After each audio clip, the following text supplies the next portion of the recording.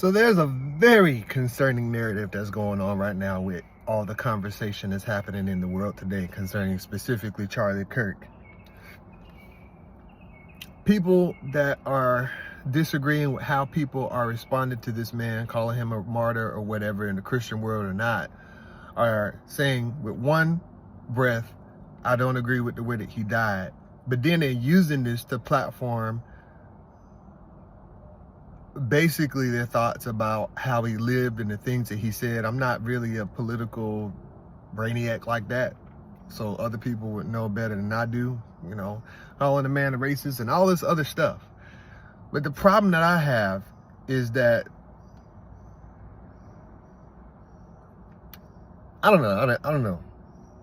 I think the problem that I have is everybody's using a death just to co-opt what they want to say. That's not cool.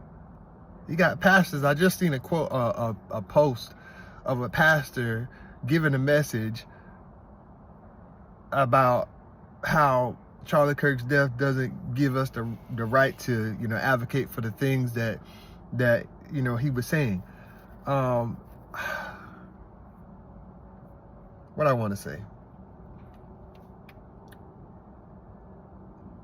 That pastor said how Charlie Kirk died doesn't give us a license or a right to affirm how he lived.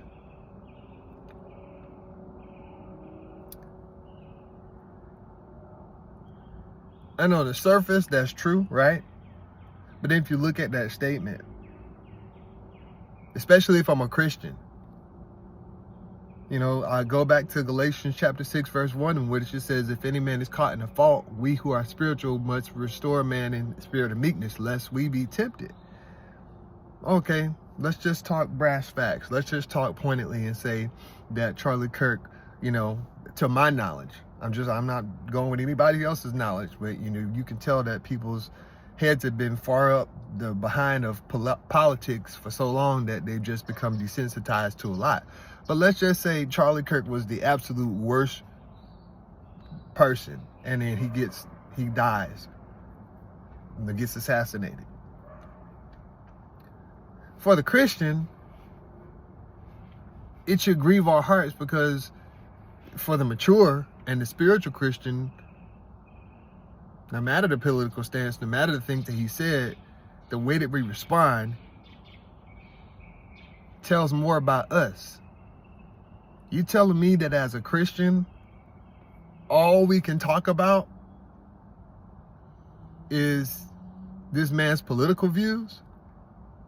We can't talk about the fact that he was a believer, a young believer at that. He's 31 years old. I don't know when the guy got saved, but we can't talk about the fact that he was a believer without talking about affirming his political stance. Let the world do that.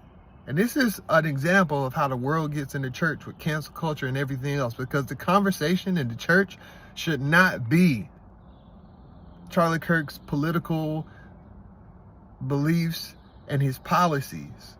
It shouldn't. We are of a different kingdom. The conversation should be different. The guy was a believer. We can affirm that there was a lot of things that we did not agree with. That has its place for those of us who know much more than the typical person. But at the end of the day, there's two things going on here, and I'm gonna be done. There's people that are affirming or denying or talking about his politics and his political position, and then there are people that are using this to further the gospel. And both of those type of people are in church. One person will say, oh, you know, just because you talk about Jesus, that don't mean that you're a Christian or whatever. So they'll try to write off the faith of a man that wasn't perfect. And in writing off the faith of a man that wasn't perfect, you're writing off your own faith, and you're telling on yourself as far as your relationship with God. Because at the end of the day, we treat people how we treat us. And so this is just a very telling time in a lot of many ways. This is a very telling time in many ways. The way that we're dealing with this death of this man. You know what the message should be? The message should be that Charlie Kirk wasn't perfect. The message should be that while he was alive, maybe there should have been more prayer from people that quote unquote spiritual than there was warfare in the political realm. Where were the intercessors with Charlie Kirk? Where were the prophets in his camp? On both sides. Where were the prophets in his camp? I think that the death of Charlie Kirk could have been avoided. But I think that there, on both sides of the spectrum, weren't enough spiritual people really around him to disciple him into spiritual fullness. We're so caught up in what we want to be caught up in, and the blood is on our hands. You want to know why the death of Charlie Kirk hit so bad? Because in the secular world and in the spiritual world, the blood of Charlie Kirk and people like him ultimately fall on our hands. Then we want to talk about black bodies being killed in the street. Their blood is on our hands too, because why aren't you, as a Christian, doing the things that can make situations better? Why is it only the people like the Lecraes and the Christian rappers that are out there that are doing their best to reach a generation that doesn't really understand him at the level that they need to? The blood of black bodies is on our hands just as much as the blood of Charlie Kirk's is on our hands. We need spiritual people to be spiritual.